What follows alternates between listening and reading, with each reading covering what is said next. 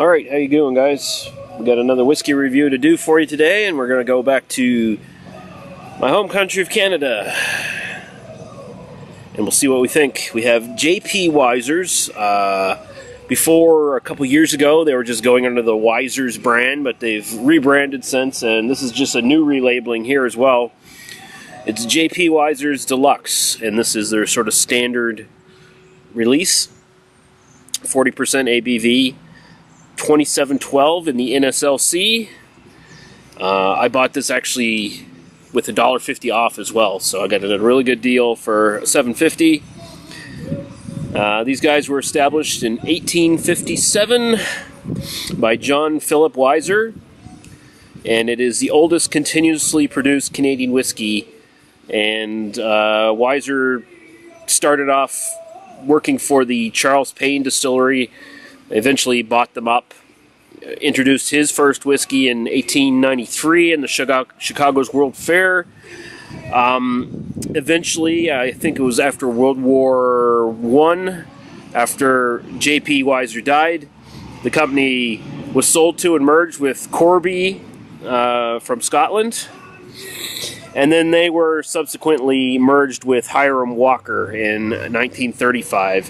And since the 80s, Wiser's has been distilled and bottled at the Hiram Walker distillery in Windsor, Ontario, and they have the distinct. I'm flubbing my words here. I'm having a mini stroke. They have the distinction of having the largest distillery capacity in North America at 55 million liters approximately, and it accounts for 60 to 70% of all Canadian whiskey, and 75% of their stuff that they distill is actually sold to independent bottlers, etc., etc., etc. They have several other blends as well. This is just Wiser's Deluxe. It's a Canadian rye. I don't know the percentage in the malt bill, but they also have just a plethora of different releases. Some aren't probably available anymore. They have Special Blend, which is their economy blend. They have a small batch at 43.4%. They have a straight-up rye at 40% that apparently uses a 1869 recipe. They have an 18-year-old blend.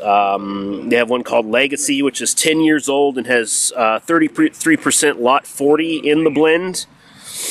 They have something called Red Letter, aged 10 years. And they have some other stuff like Last Barrels, Dissertation, Triple, something Rye, and a 15-year-old, and some other stuff. Yeah, they got a bunch of stuff. But we're just going to be looking at the Deluxe today. So we'll be right back, and we'll see what we think of this. How you doing, guys? We're back with the Wiser's Deluxe. There you go. Take a look at it here. Pretty good syrupy legs going down. She's a sort of mild amber. I don't know if there's any degree of coloring going on in this. I suspect there probably is, but I know someone who can probably correct me on that. Hint, hint. So, go right to the aroma.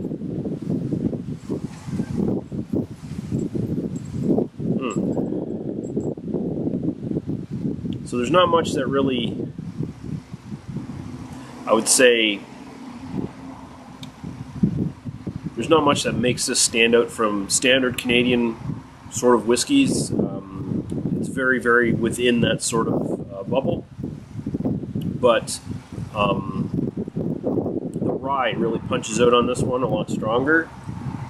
You got a nice little fruity rye going on here, so that smells very good. A little bit of wood in the background. It's got a sort of peppery rye with wood in the back. And of course some jack off over there across the street is fucking revving their circular saws up just as I start fucking talking. Motherfuckers. It's also just got that sort of standard Canadian kind of butterscotch toffee-ish kind of thing going on that is pretty prevalent in a lot of Canadian whiskeys. But it smells very good. It definitely has a bit more rye going on.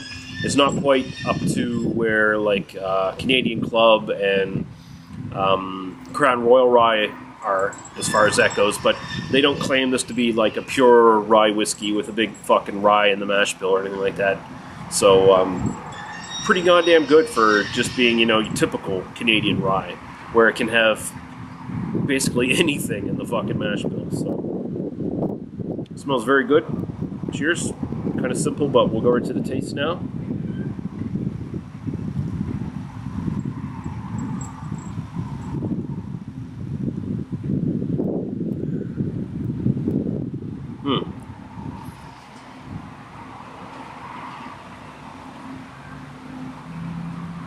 A little warming going down.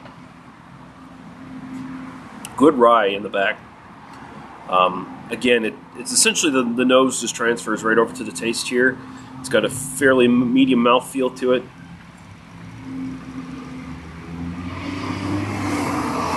Ultra smooth. Starts out with that sort of butterscotch kind of kick. Immediately goes right to this nice kind of almost tannic mixed with rye spice kind of thing going on. A little bit of a confectionery sweetness in the background.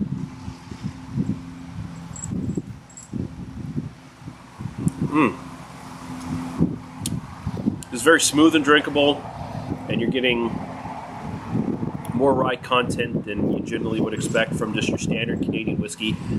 But that being said, it's still pretty much within the wheelhouse of just really solid standard Canadian whiskey. That's kind of where this sits.